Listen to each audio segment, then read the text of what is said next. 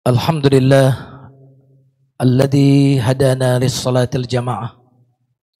Allahumma salli ala sayyidina Muhammadin sallallahu alaihi wasallam wa ala alihi wa ashabihi ajma'in.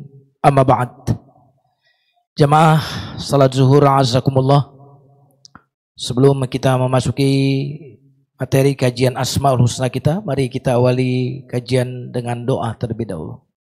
Mari tengahkan tangan semuanya. Astaghfirullahalazim, astaghfirullahalazim, astaghfirullahalazim. Rabbi na'udzubika min hamazatis syayatin wa na'udzubika rabbi an yahdurun. 'Allimna ma yanfa'una wanfa'na bima 'allamtana wa zidna ilman. Walhamdulillahi rabbil alamin. Kita baca basmalah. Bismillahirrahmanirrahim. Kajian Asmaul Husna kita hari ini memasuki nama Allah Al-Muhaimin. Ya, akrab sama kita karena kita punya dulu capres namanya Pak Muhaimin. Ya, cuma nggak pakai alif lam. Kalau alif lam nanti artinya maha. Maha ya. Asmaul Husna Rahim, boleh nama Rahim, tapi nggak boleh namanya Ar-Rahim, nggak boleh. Nama kamu siapa? Pak Salam, boleh Pak Salam, tapi nggak boleh. Nama kamu siapa? As-Salam. Alif lam sudah menunjukkan kepada Allah sehingga dibuang alif lamnya. Kalau mau pakai alif lam, sebelumnya ditambah dengan kata yang menunjukkan kerendahan hati kita. Abdurrahman, Abdurrahim, Abdussalam, Abdul Muhaimin misalnya. Boleh. Tapi kalau nggak ada alif lamnya boleh. Muhaimin Iskandar misalnya. Nah teman-teman sekalian yang dimuliakan Allah. Bicara Asmaul Husna ini berarti bicara tentang Allah. Kita sedang berkenalan dengan Allah. Karena kita tidak akan maksimal beribadah kalau kita tidak kenal siapa yang kita ibadahi. Kita tidak akan menikmati ibadah kalau kita tidak kenal siapa yang kita ibadahi. Makanya di Al-Fatihah, sebelum kita mengatakan hanya kepadamu kami beribadah atau menyembah, Allah mengenalkan dulu dirinya. Alhamdulillah segala puji, Rabbil Alamin, Rabb, pemelihara alam semesta, Ar-Rahman, Ar-Rahim, pengasih penyayang, Maliki Yaumiddin, Raja. Baru setelah kenalan, baru kita mengatakan hanya kepadamu kami menyembah. Bahkan bukan hanya kepadanya, tapi hanya kepadamu. Kenapa? Kalau kita sudah kenal, maka kita merasakan Allah itu dekat dengan kita. Kalau sudah kenal, ya kan? Tak kenal maka udah sayang-sayangan aja, kenalan dulu lah. Nah di dalam hadis yang berkaitan dengan Asmaul Husna, yang menyebutkan 99 nama Allah itu, Allah memiliki 99 nama, 100 kurang 1. Siapa yang mempelajarinya, memahaminya, mengaplikasikannya, dakhalal jannah, maka dia masuk surga dalam hadis sahih. Berarti mengkaji Asmaul Husna adalah pintu kita masuk surga. Nah, jemaah sekalian yang dimuliakan Allah, kita masuk ke nama Allah Al-Muhaimin. Yang dalam bahasa Indonesia diterjemahkan biasanya dengan Maha Memelihara. Tentu terjemah ini tidak salah, tapi tidak mewakili apa makna Al-Muhaimin yang lebih komprehensif. Karena itulah mengapa Allah memilih bahasa Arab gitu. Karena bahasa Arab itu satu katanya mencakup makna yang luas. Ketika disebut Maha Memelihara saja, nah ini menyempit ya. Sehingga nanti kita perlu mengkaji apa makna Al-Muhaimin. Di dalam Al-Quran nama Allah Al-Muhaimin hanya disebut sekali jemaah sekalian. Yaitu di surat Al-Hasyr ayat 23. Allah subhanahu wa ta'ala berfirman. Wallahul ladzi la ilaha illa huwal malikul quddusus salam. Assalamul mu'minul muhaiminul azizul jabbarul mutakabbir. Subhanallahi amma yusyrikun.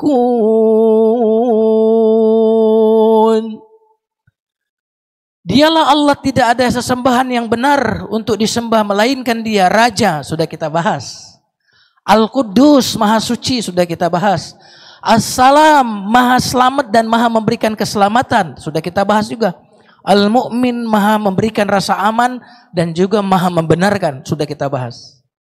Berarti sudah banyak nih yang mau mengulang, insya Allah di channel YouTube kita sudah direkam.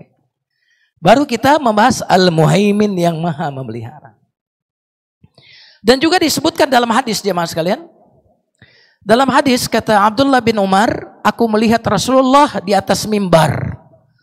Lalu Rasulullah bersabda, ya'khudul jabbar samawatihi wa ardahu.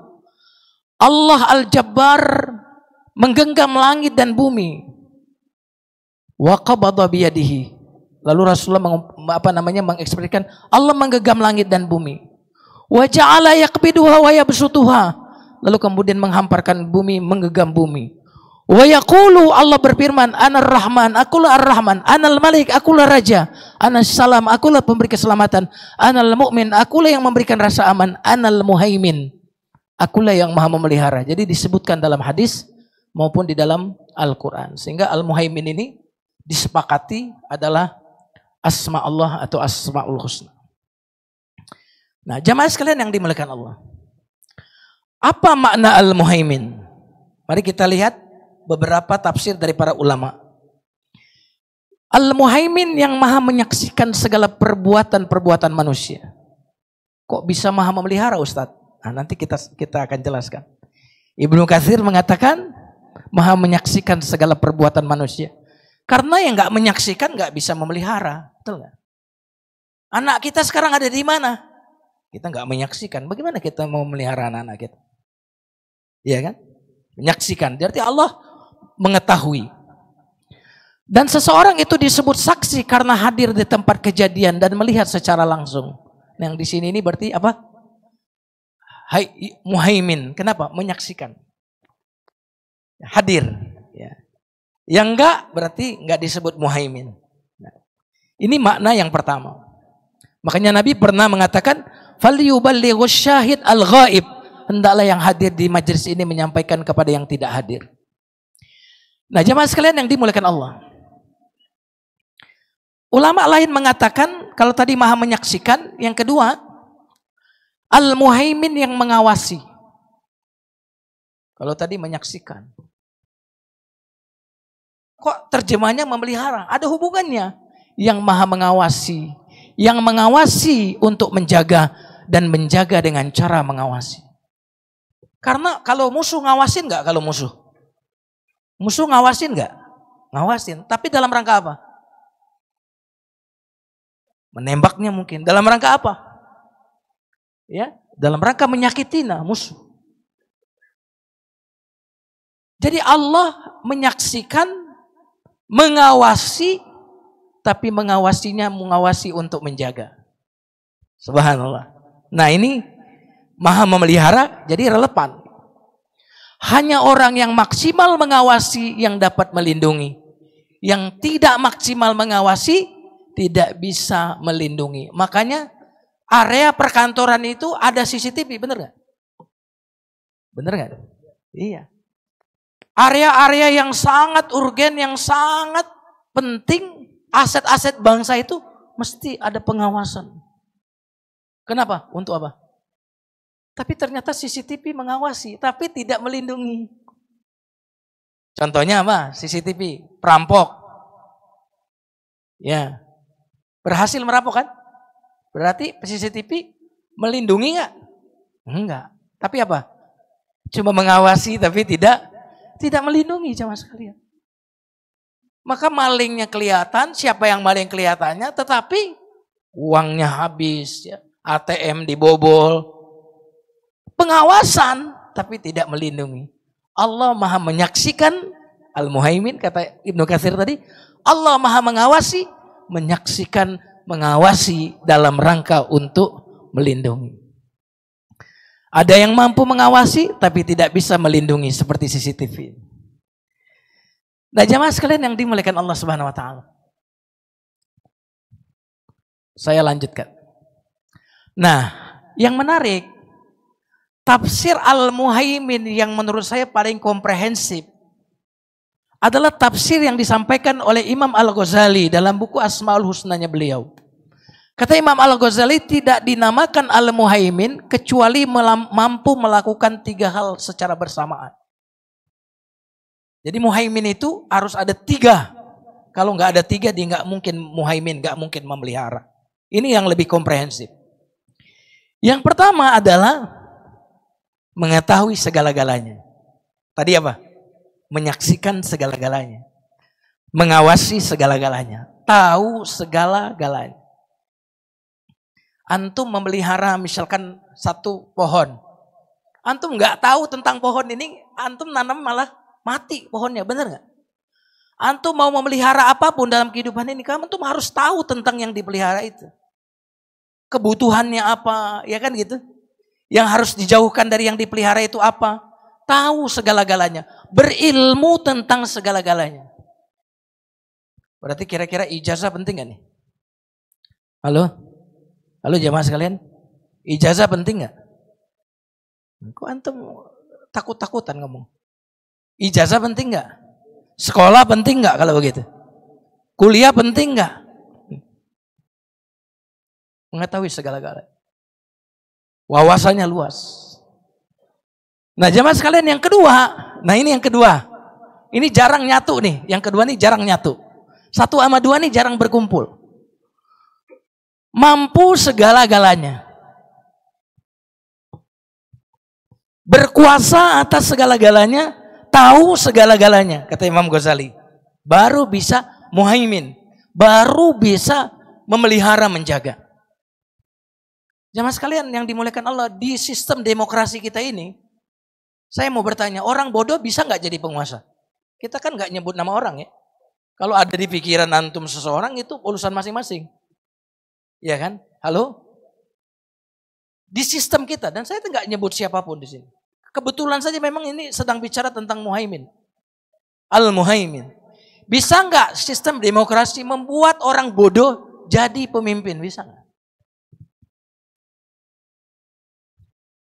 Yang nggak bisa itu orang bodoh kerja di Bapenda, itu nggak bisa.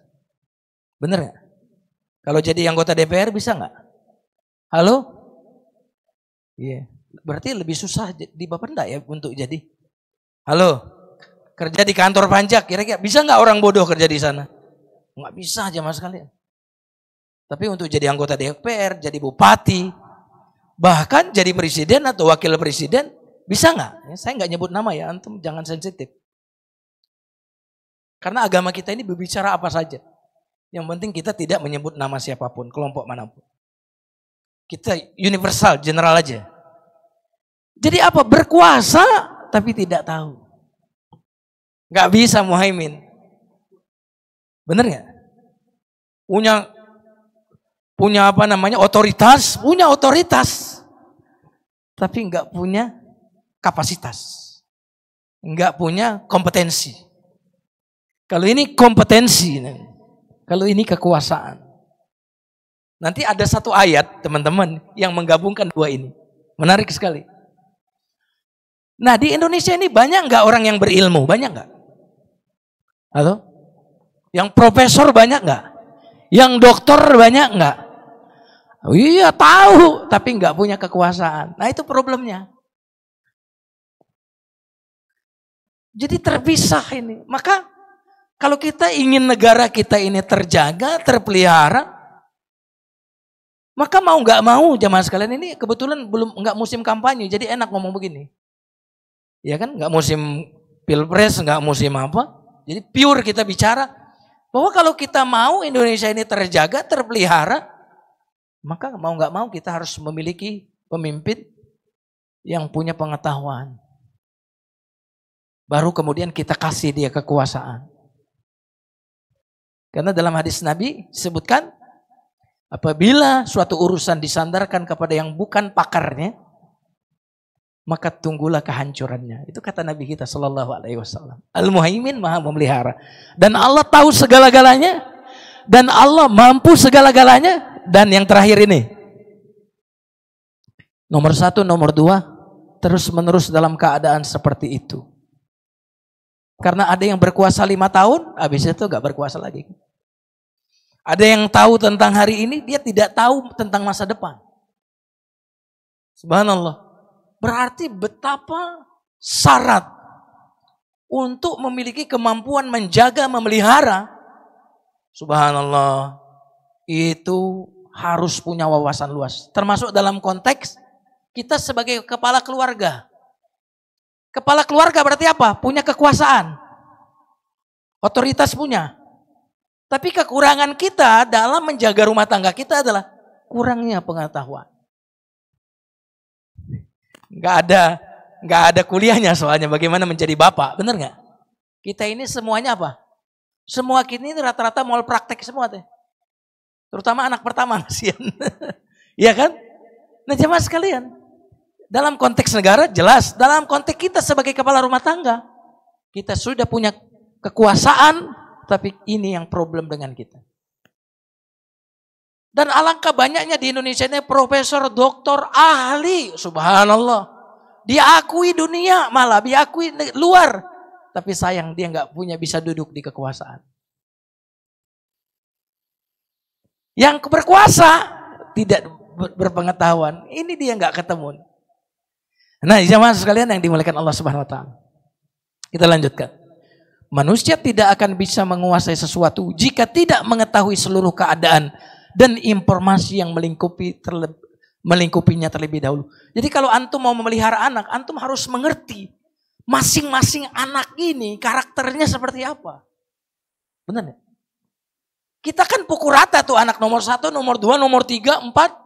Perlakuan kita sama. Gak boleh sama karena setiap anak berbeda. Makanya kata Al-Quran, masukilah rumah dari pintunya. Pintu anak-anak kita tuh beda-beda. Subhanallah, sulit sekali jadi orang tua ya. Sulit jemaah sekalian jadi orang tua. Karena kita apa? Tidak bisa kita menguasai sesuatu jika tidak mengetahui. Dan seseorang tidak akan mampu mengawasi, mengatur sekecil apapun jika ia tidak mengetahui hakikatnya secara mendalam. Jadi begitu pentingnya ilmu pengetahuan. Ya, kalau ilmu pengetahuan tandanya orang itu pernah kuliah, pernah belajar, ya mau nggak mau ijazah itu. Bener ya? Betul nggak? Antum ditanya ijazah nggak waktu masuk di Bapenda? Pasti ditanya. Penting berarti. Nah jamaah sekalian yang dimuliakan Allah. Ada orang yang luar biasa dalam ilmu tapi tangannya lemah. Tangannya lemah apa? Tidak berkuasa. Tidak punya kekuasaan.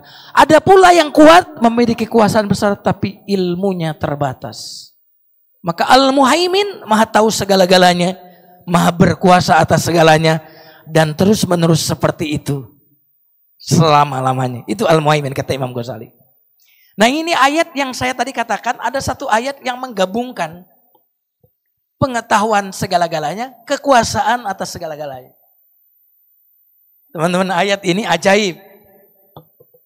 Kenapa kok Allah itu menyebutkan dua Asmaul Husna di sini? Dan dua Asmaul Husna itu yang dipilih, dua ini bukan yang lain. Coba kita perhatikan di surat At-Thalaq ayat 12. Antum biasanya kalau dengar surat At-Thalaq biasa aja. Tapi kalau saya terjemahin, di dalam surat Cerai ayat 12. Tolak artinya apa? Cerai kan? Surat At-Thalaq biasa aja. Baca surat Al-Hadid biasa aja. Kalau saya terjemahin, baca surat besi. Wah, surat besi ada apa nih? Penasaran antum kan? Surat Cerai ayat 12. Surat perceraian. Coba kita baca, habis itu mohon jawab pertanyaan saya. Allah yang menciptakan 7 langit dan seperti itu pula bumi. Perintah Allah berlaku padanya, agar kamu mengetahui bahwasanya Allah Maha Kuasa atas segalanya dan sesungguhnya ilmunya benar-benar meliputi segalanya. Udah dibaca? Udah? Sekarang jawab pertanyaan saya. Untuk apa Allah menciptakan langit dan bumi dan alam semesta? Ada yang tahu? Jawabannya ada di sini. Ada yang bisa jawab? Dapat hadiah. Umroh. Brosurnya tadi. Ada yang bisa jawab? Antum bisa jawab? Menunjukkan kekuasaan Allah. Untuk apa Allah menciptakan alam semesta? Untuk apa?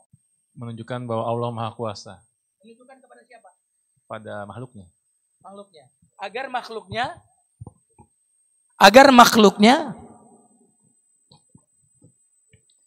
mengetahui atau mengenal siapa?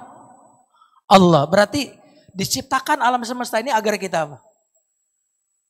Mengenal Allah kan? Betul ya? Kita Asmaul Husna ini kita sedang bicara tentang siapa? Allah.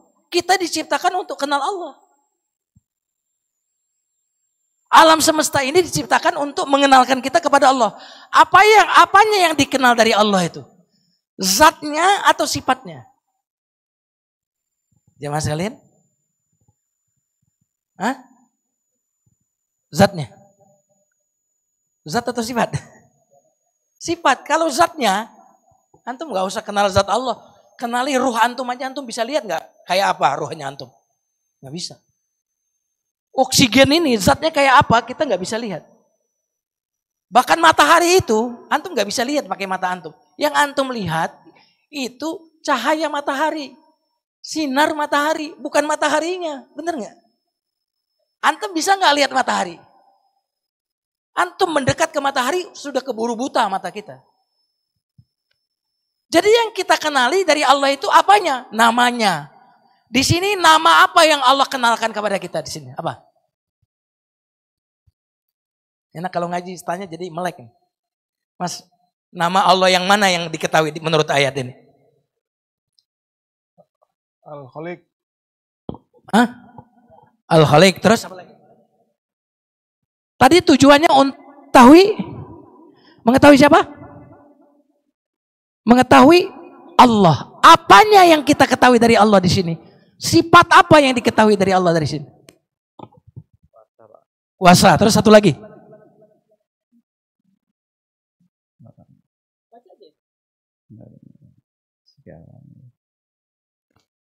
Leng.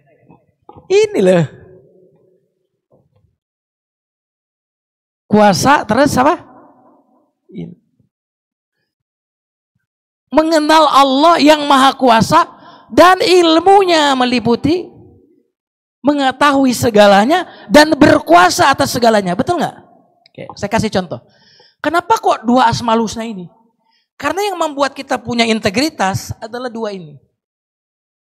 Contohnya nih, lampu merah. Siapa di sini nggak pernah melanggar lampu merah? Angkat tangan. Saya nggak bilang siapa yang pernah. Banyak kan? Siapa yang nggak pernah? Oke, lampu merah. Kenapa melanggar, Mas?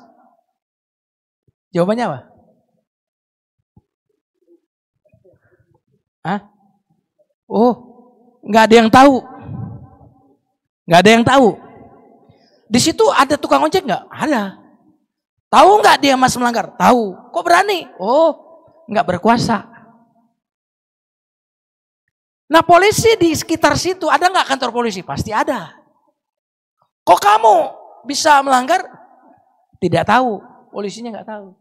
Makanya kan ada tuh di reels sosmed ada orang melanggar dia balik. Pas balik di stop sama polisi. Kamu tahu nggak itu? Dilarang balik arah. Tahu Pak. Kalau udah tahu kenapa kamu melanggar? Ya saya nggak tahu kalau Bapak ada di situ. Ya kan? Nah berarti kalau orang ini tahu bahwa polisi tahu melanggar nggak dia? Kalau sekedar tahu tukang ojek tahu dia melanggar. Karena tukang ojek tahu tapi tidak berkuasa. Kuasa dan tahu ilmu nyata. Nyambung ya? Nah jamaah sekalian yang dimuliakan Allah Subhanahu wa taala, kekuatan menjangkau segalanya, pengetahuan Allah menjangkau segalanya, maka ini menunjukkan bahwa dialah yang sempurna memelihara muhaimin. Kenapa? Kuasa segala-galanya, tahu segala-galanya. Subhanallah ya. Ayat Quran itu luar biasa ini. Baik jamaah sekalian yang dimuliakan Allah. Maka ada pepatah Arab yang begini. Al-ainu basira wal yaddu qasira. Mata melihat tapi tanganku pendek. Kalau bahasa Indonesia tangan pendek itu tukang maling ya. Kalau bahasa Arab bilang apa? Tangan pendek. Artinya apa tangan pendek itu? Saya nggak punya kekuasaan. Maka terjemahnya mata melihat tapi tangan tak sampai. Al-ainu basirah wal yaddu qasirah. Nah, jamaah sekalian yang dimuliakan Allah. Ini banyak ayat ya di mana menunjukkan kekuasaan Allah, tahu segalanya, Termasuk yang tadi di surah At-Tolak, kita lanjutkan saja. Nah, jemaah sekalian yang dimuliakan Allah. Allah Al-Muhaimin tahu segala-galanya, berkuasa segala-galanya, karena itu dia disebut Muhaimin, bisa memelihara. Allah Maha tahu keadaanmu. Allah Maha kuasa mengubah keadaanmu menjadi lebih baik. Betul nggak? Allah tahu nggak? Makanya antum kalau melakukan yang baik, bos antum nggak tahu, tenang aja. Bos antum nggak tahu, tapi Allah tahu kebaikan kita. Kita berbuat baik nih, nggak ada yang apresiasi, nggak ada masalah. Allah tahu kok perbuatan baik kita. Allah Maha tahu keadaan kita, Maha kuasa mengubah keadaan kita. Maka untuk apa kita resah? Untuk apa kita gelisah? Nah, jemaah sekalian yang dimuliakan Allah. Nah, ini yang menarik lagi. Bagaimana kekuasaan Allah itu, jemaah sekalian. Allah mengurus seluruh makhluk seakan-akan mereka hanya apa? Hanya satu. Jadi kalau antum mau ngomong sama saya nih, hei gantian. Gitu. Bener gak? Kenapa? Karena pendengaran saya tidak menjangkau seluruh suara antum. Jadi Allah ini, jemaah sekalian, kekuasaan Allah ini gampangnya begini. Tentu seperti di sini bukan ingin menyerupakan Allah. Kalau saya bilang seperti, untuk mendekatkan pemahaman kita. Gitu. Karena Allah itu walam yakul lahu kufuwan ahad. Makanya Allah bicara surga, seperti ini. Itu cuma untuk mendekatkan pemahaman kita tentang surga. Bukan berarti surga kayak gitu. Surga itu lebih indah. Mengalir sungai. Di Indonesia banyak sungai. Ya kan gitu. Orang Arab dengar sungai gimana? Luar biasa. Nah, teman-teman sekalian yang dimuliakan Allah. Dalam diri saya ada tangan nih. Bener ya? Ada apa lagi? Kaki. Terus mulut. Hidung. Tapi tangan nurut gak sama saya? Ke kanan tangan nurut. Artinya apa? Ini banyak ini anggota tubuh tapi semuanya seakan-akan satu aja gitu.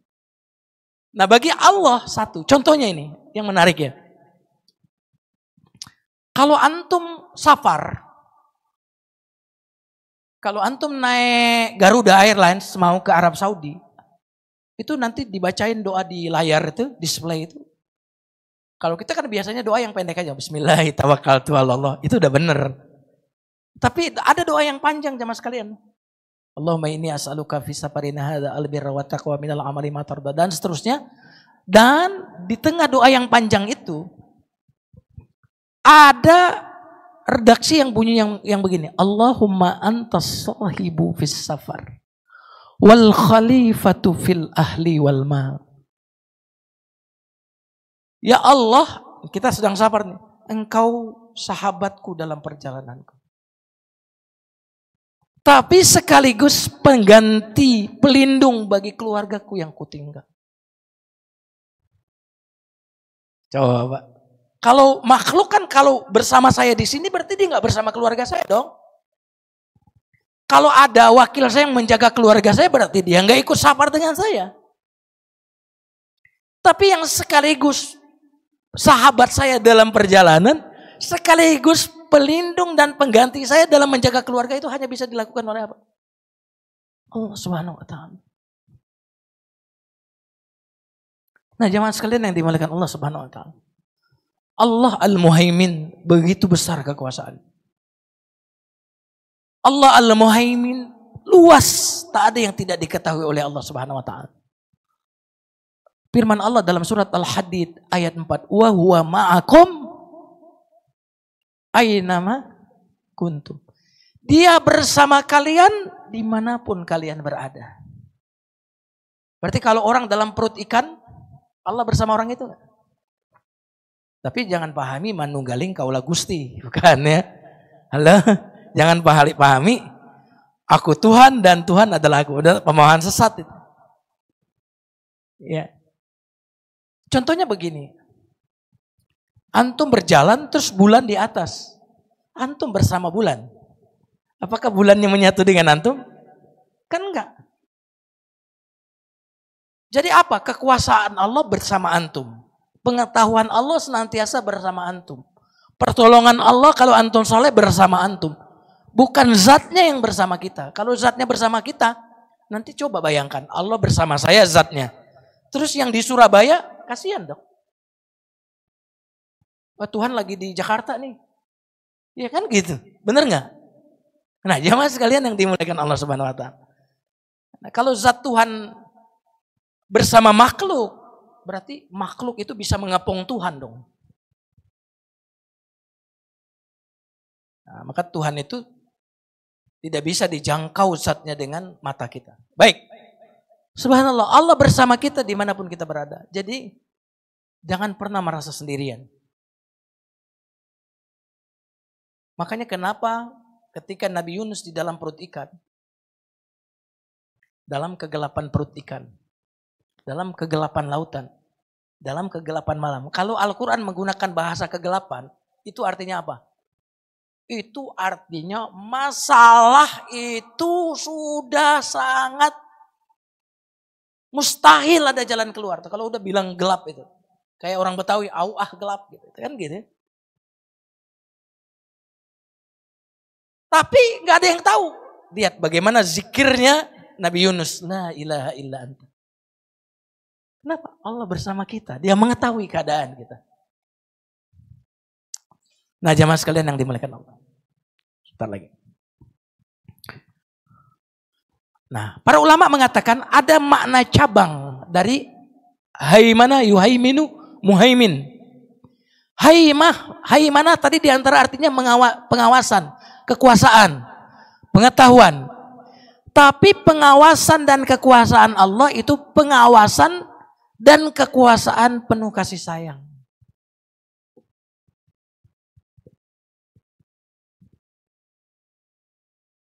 Contohnya ini, seekor burung, induk burung kalau bahasa Arab begini.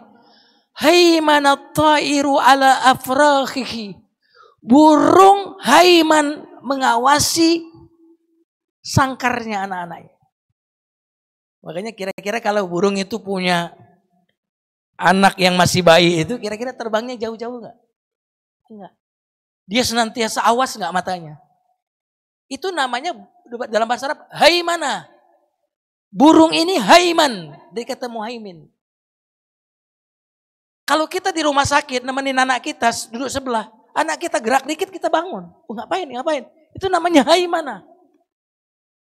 Jadi Allah mengawasi bukan dalam rangka untuk menghukum, tapi al-muhaimin pengawasannya, jamaah pengawasan untuk mencintai, pengawasan cinta. Waduh, baik banget ya Allah berarti ya. Kayak antum sama anak-anak antum diawasi waktu dia sakit-sakit dalam rangka cinta dan kasih sayang. Subhanallah. Makanya dalam hadis Imam Bukhari disebutkan, sungguh kasih sayang Allah terhadap para hambanya melebihi kasih sayang seorang ibu yang penyayang terhadap anaknya. Subhanallah. Oke, lanjut. Yang berikutnya jamaah sekalian yang dimuliakan Allah. Haimana tadi pengawasan, kekuasaan hifzun. Al-hifz untuk menjaga. Kalau tadi pengawasan yang didasari oleh cinta. Ya, mohon maaf ini contoh dan ini oknum, enggak semuanya. Kalau Pak polisi ngumpet ngawasin tuh kan? Oknum. Ngawasin dalam rangka apa? Melanggar, ruit gitu. Oknum seperti itu. Nah, kalau pengawasan cinta sebelum dia mau belok sana gitu. Supaya jangan salah gitu. Itu haimanatul hifz. Pengawasan, kekuasaan cinta, kekuasaan penjaga. Yang terakhir, haimanatus sidq. Kekuasaan, pengawasan yang sidq artinya apa? Yang meneguhkan kebenaran yang ada dalam wahyunya. Jadi Allah Maha Kuasa, Maha Mengawasi, pengawasan yang sesuai dengan apa yang Dia inginkan. Makanya ada yang mengatakan muhaimin ini artinya maha menang. Maha menang artinya apa? Apa yang Allah katakan itulah yang terjadi. Jadi kalau kita ikut al-muhaimin terpelihara kita. Contohnya ya, jamaah sekalian. Yamhaqullahu riba wa yurbis sadaqat. Allah memusnahkan riba dan menyuburkan sedekah. Salah satu problem yang sedang viral saat ini kan soal bunga. Bunga ke Cina, soal apa tuh? Yang Pak Menteri Keuangan baru, nah itu tugasnya, bukan tugas saya gitu. Dia bilang, itu soal bunga yang sangat luar biasa. Dan orang kalau hidup, ya kalau hidupnya melalui riba, maka karena Allah muhaimin maha berkuasa, pasti orang ini akan hilang keberkahannya, kenyataannya. Allah hilangkan, hapuskan berkah dari riba itu. Yang berikutnya misalkan surat Al-Baqarah ayat 221. Jangan kalian nikahi wanita musyrik sampai dia beriman. Budak yang beriman lebih baik daripada budak hitam yang beriman lebih baik daripada seorang wanita musyrik meskipun dia cantik. Nah ini Al-Muhaimin yang bicara. Berarti apa? Kalau orang menikah dengan seorang wanita yang musyrik. Saya tidak menyebutkan ahlul kitab. Ahlul kitab Yahudi dan Nasrani. Dalam konsep Islam, Yahudi dan Nasrani ini boleh laki-laki muslim menikahi wanita Yahudi dan Nasrani. Sementara laki-laki Yahudi dan Nasrani tidak boleh menikahi wanita muslimah. Itu dalam agama kita seperti itu. Kenapa? Kok boleh Ustadz? Karena dalam Islam kepemimpinan rumah tangga dipegang oleh siapa? Laki-laki. Berarti apa? Dalam rangka dia nanti masuk Islam. Gitu kan? Tapi kayak nggak ada yang lain aja. Bener nggak? Halo? Nggak usah jauh-jauh deh antum mikir begitu. Antum mensolehkan diri antum sendiri mudah atau susah? Terus antum bercita-cita saya nikahin wanita yang ahlul kitab aja deh biar dia muslim. Ngimpi. Kita aja mau jaga kesolehan kita aja susah loh. Mari perhatikan Nabi Lut. Nabi, istrinya soleha enggak? Nabi Lut. Enggak soleha istrinya. Nabi itu, apalagi model kita. Jadi enggak usah lah. Nanti gampang lah kalau udah nikah nanti saya ajak ngaji. Boro-boro ajak ngaji. Wong kita aja males ngaji. Nah jamaah sekalian yang dimuliakan Allah. Nah tadi makna muhaimin. Ada lagi ulama yang mengatakan muhaimin itu semakna dengan al-mu'min. Al-mu'min artinya apa? Memberikan rasa aman kepada selainnya dari rasa takut. Mari kita lihat teman-teman sekalian secara cepat ini. Ini ayat kalau Allah nggak kasih tenang nggak bisa terjadi. Apa itu? Ibunya Nabi Musa menghanyutkan Musa bayi. Kami ilhamkan kepada ibunya Musa, susuilah Musa itu. Apabila engkau merasa cemas, maka hanyutkanlah dia di sungai. Jangan takut, jangan sedih. Gimana tuh? Nganyutin anak nggak takut, nggak sedih gimana tuh? Karena Allah yang mengatakan jangan takut, jangan sedih. Allah yang memberikan muhaimin, memelihara, memberikan rasa aman. Wala takhafi wala tahzani, jangan takut, jangan sedih. Perhatikan teman-teman. Aku akan mengembalikannya padamu dan aku menjadikannya seorang rasul waktu dihanyutkan. Padahal waktu dihanyutkan, ini Musa maksudnya dihanyutkan oleh ibunya. Kenapa? Supaya jauh dari pusat pemerintahan. Nyangkut di perkampungan yang sangat jauh. Tapi Allah ingin memelihara Nabi Musa bukan menjauhkannya dari musuh. Tapi diasuh oleh musuh. Subhanallah. Nyangkutnya bukan ke pelosok Pak. Nyangkutnya di pemandian Firaun.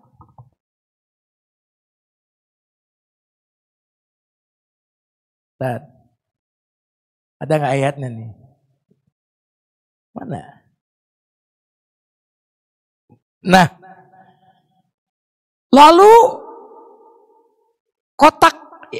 kotak yang tadi dihanyutkan yang berisi Nabi Musa ditemukan oleh musuhku, kata Allah, dan musuhnya Nabi Musa. Subhanallah. Luar biasa ya. Maka Allah mengatakan, aku akan membuat orang jatuh cinta padamu. Walitusna ala ini, dan agar engkau senantiasa di dalam pemeliharaanku. Ketemu Firaun marah, wah ini bayi yang ada dalam mimpiku yang akan menumbangkan kekuasaanku. Subhanallah jamaah sekalian. Tiba-tiba istrinya Firaun ini berkata, qurratu ainil li.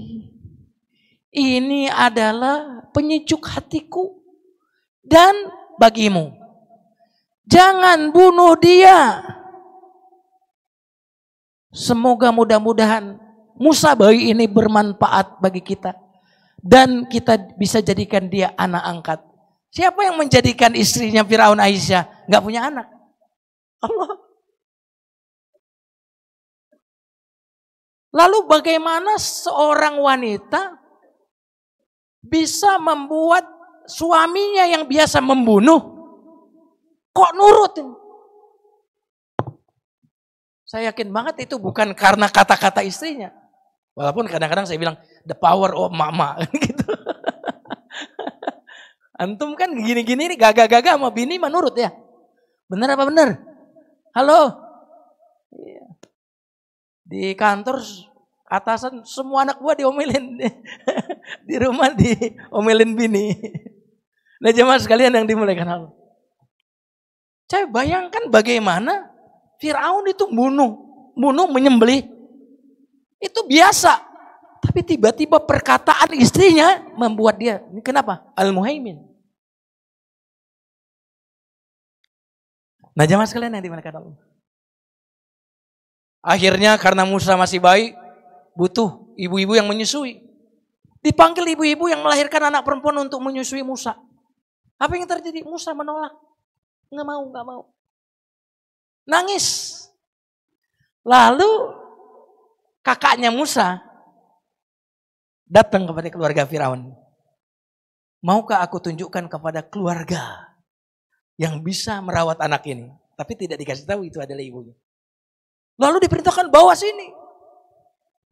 Akhirnya digendonglah Nabi Musa, disusuin. Tenang diamlah Nabi Musa. Akhirnya apa? Berarti ibunya lah yang mengasuh anaknya, dibayar sama Firaun dengan fasilitas kerajaan. Ini bukan cerita Pak Ustadz, bukan cerita Kiai. Ini cerita Al-Quran. Jamaah sekalian, lihat bagaimana kekuasaan Allah dalam memelihara. Mudah bagi Allah Subhanahu wa Ta'ala untuk memelihara. Tidak perlu dijauhkan dari musuh. Bahkan musuh itu yang memelihara dan menjaga. Subhanallah, Maha kuasa atas segalanya, Maha tahu segala-galanya. Yang terakhir, karena itulah setelah kita mengenal Al-Muhaimin, maka hendaklah kita hanya bergantung kepada Allah. Semua yang menjaga adalah orang yang membutuhkan penjagaan dari Allah. Tidak akan bisa menjaga kecuali dengan tawakal kepada Allah Subhanahu wa Ta'ala. Bersandar kepada Allah adalah bersandar kepada yang Maha Kuat. Allahus Samad. Ya. Habis waktunya. Seterusnya ini banyak sebenarnya. Sebentar. Yang kedua, kalau Allah Maha tahu segala-galanya, Maha kuasa segala-galanya, maka mestinya kita merasakan pengawasan Allah terhadap kita. Ya, pengawasan kita, pengawasan Allah, maka keinginan buruk kita tidak akan terlaksana jika kita merasa diawasi oleh Allah. Sering keyakinan tidak menjadi kesadaran. Nah, kita yakin tapi nggak sadar. Gitu. Muraqabah adalah meningkatkan yakin kepada sadar hingga menjadi kontrol kita. Sadar lawan dari lalai dan mabuk. Berarti kalau kita merasa diawasi oleh Allah, maka tidak ada keburukan yang akan kita lakukan. Nah, yang terakhir ini. Karena Allah tahu segala-galanya, maka hendaklah kita juga mengenal keadaan diri kita. mengenal diri kita. Apakah hati kita ini berpenyakit?